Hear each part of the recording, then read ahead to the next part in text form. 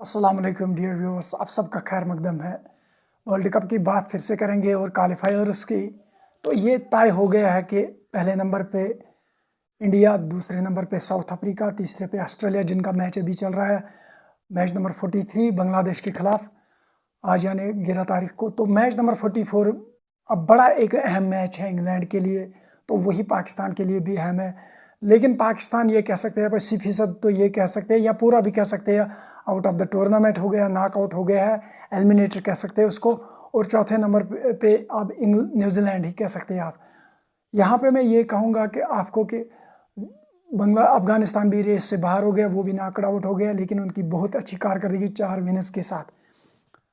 पाकिस्तान ने हमेशा ये रखा है कि वो जीते, ये जीते, और कुदरत का निज़ाम गेम में इस चीज़ पे क्या बिलीव करना। आप कुछ एग्ज़ाम देने जाओगे या कुछ करने जाओगे या किसी भी बिल्डिंग बनाओगे, आप कुछ भी करोगे तो उस पर यह सोचोगे कुदरत का निज़ाम। लेकिन कुदरत भी उस इंसान को रब्बुल इज़्ज़त का साथ होता है जो मेहनत खुद करे और जो न्यूट्रल बेसिस पे हर वो फैसला करे जो कि किसी के खिलाफ ना हो, किसी के हक में ना हो। जो उनकी सिलेक्शन पे क्रिटिसिज्म बहुत ज़्यादा, नेशनल मीडिया, माइकल वान, मोहम्मद हफीज़, वीरेंद्र सहवाग, इरफान पठार, सब huge tweets on social media. ये चल रहा है, वो चल रहा है, ट्रेंड है। मोहम्मद बाठी जो वहाँ के स्पोर्ट्स जर्नलिस्ट हैं वो भी ये लगे हुए हैं। तो आज जो 44th मैच है यानी 11 और कल है 45th मैच, तो उसके बाद सेमीफाइनल्स है, एक कोलकाता में, एक मुंबई में। अब यहाँ पे मैं बता दूंगा आपको कि पाकिस्तान को अगर 300 रन करेगा तो 13 रन पे न्यूजीलैंड को, सॉरी माफ़ कीजिए, इंग्लैंड को आउट करना है। तो ये एक नामुमकिन है जो जिस तरह के आपको बांग्लादेश के खिलाफ रन रेट की वजह से 2019 में आपको बांग्लादेश को 9 रनों पे आउट करना था। ये एक सेंसलेस बात है अगर कहेंगे, ये ऐसा क्रिकेट में कभी हुआ नहीं है। 36 पे ऑल आउट हुआ इंडिया वहाँ पे, या किसी ने उनको 10 नंबर पे, या इंडिया ने भी 55 रन पे। लेकिन हमेशा ऐसे चीज़ें नहीं होती, और जब आपको ज़रूरत होती है तो जो 2009, 2019 में और 2011 में आपने क्रिकेट खेली है वो अलग क्रिकेट है। लेकिन 2019 की मैं बात करूंगा जिसमें आपने 2 फाइनलिस्ट टीम्स को हराया था, एक न्यूजीलैंड को, एक इंग्लैंड को। उनको किसी ने नहीं हराया था। तो उनमें जो भी इस तरह से न्यूजीलैंड, इंग्लैंड जो फाइनलिस्ट है, उन 2 टीमों को आपने हराया। आपकी रन रेट उस वक्त इसलिए कम हो गई जो आप पहला मैच बुरी तरह से वेस्ट इंडीज़ के खिलाफ हारे 7 विकेटों से। तो उसके बाद आपने इंग्लैंड को अगला मैच हराया, आपने बांग्लादेश को हराया, अफगानिस्तान को हराया, साउथ अफ्रीका, न्यूजीलैंड और इंग्लैंड। आप खाली उस वक्त 2 मैच हारे हैं, 3 मैच हो रहे हैं। एक वेस्ट इंडीज़ के खिलाफ पहला, ऑस्ट्रेलिया के खिलाफ फाइटिंग वाला मैच, और इंडिया के खिलाफ फिर से एक तरफा मुकाबला। तो उसके बाद जो आप लोगों की सिचुएशन है वो बिगड़ गई। उसमें बारिश, रेन वाश आउट मैच हो गया श्रीलंका के दरमियान, लेकिन आपने उस पर 5वें नंबर पे फिनिश किया 11 अंकों के साथ, और वहाँ पे आपने बड़ी अच्छी क्रिकेट खेली है।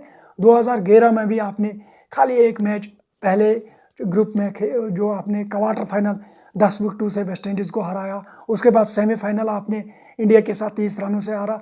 उस वक्त भी शाहिद आफरीदी की कप्तान में आपने अच्छी क्रिकेट खेली है।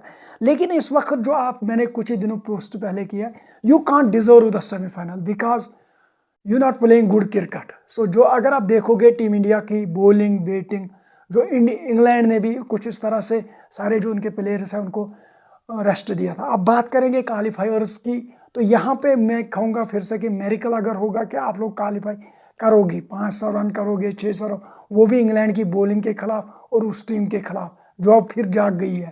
तो जिनके प्लेयर्स वहाँ पे खेले IPL वाईपीएल, हाँ वो डेफिनेटली बहुत डाउन हो गए हैं। तो इसमें ये होते हैं कभी अप एंड डाउन आते हैं गेम में।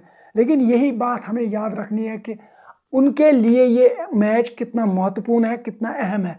अगर वो ये मैच नहीं जीतते हैं, अगर वो 8 या 7 नंबर पे फिनिश नहीं करते हैं, सो वो सेमीफाइनल, वो चैंपियंस ट्रॉफी के लिए, जिसका वेन्यू पाकिस्तान में, चैंपियंस ट्रॉफी के लिए क्वालिफाई नहीं करेंगे।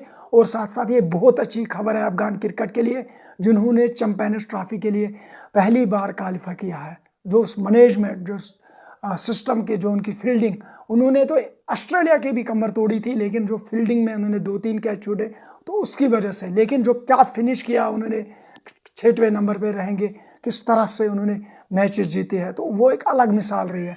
लेकिन पाकिस्तान की हमेशा यही मिसाल है कि कुदरत का निज़ाम, कुदरत का निज़ाम। तो ये कुदरत का निज़ाम इस गेम में नहीं चलता है। और आप हमेशा, पिछले बार आप 2022 में जिम्बाब्वे से हारे, आप इंडिया से हारे, लेकिन जिम्बाब्वे से बुरी तरह से हारे, इंडिया से हारे। तो उसके बाद आप साउथ अफ्रीका का, वही मैं फिर से कहूँगा, डबल गोल नीदरलैंड ने किया, आपने न्यूजीलैंड को हराया। न्यूजीलैंड को आपका प्रेशर रहता है।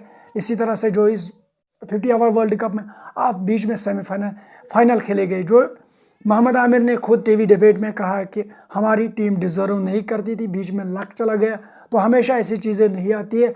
आप लोगों के इस जहन में यही होना चाहिए, पीसीबी में और वहाँ के सिलेक्टर्स को, कि टीम जो भेजेगी वो अपनी कारकर्दगी पे किसको हराएंगे, इसको। फिर 92 में कबूतर बैठा था झंडे पे, आज भी बैठा वो झंडे पे। फिर उस वक्त नवाज शरीफ आए थे लंदन से, इस वक्त वो आ रहे हैं लंदन से, यूक्रेन से, कहाँ से आ रहे हैं पता नहीं। आप कितनी ज़्यादा स्टोरियाँ बनाते हो। उस वक्त वकार यूनिस इंजर्ड हो गए, इस वक्त नसीम शाह इंजर्ड हो गए। अब हम फाइनल खेलेंगे, तो डेफिनेटली आप लोगों को प्रिपेयर होना पड़ेगा बड़े टूर्नामेंट के लिए। अगले साल 2024 में T20 वर्ल्ड कप है, तो उसके लिए तैयारियां करो। यहाँ पे जो टीमें आती है वो बड़ी अच्छी सिलेक्शन के थे। जिस तरह ऑस्ट्रेलिया गिरी थी, 10वें नंबर पे पहुंची थी जब पहले 2 मैच, उसके बाद किस तरह से क्रिकेट खेली है, किस तरह से मेहनत कीजिए। दीजिए अपने मेज़बान को इजाज़त।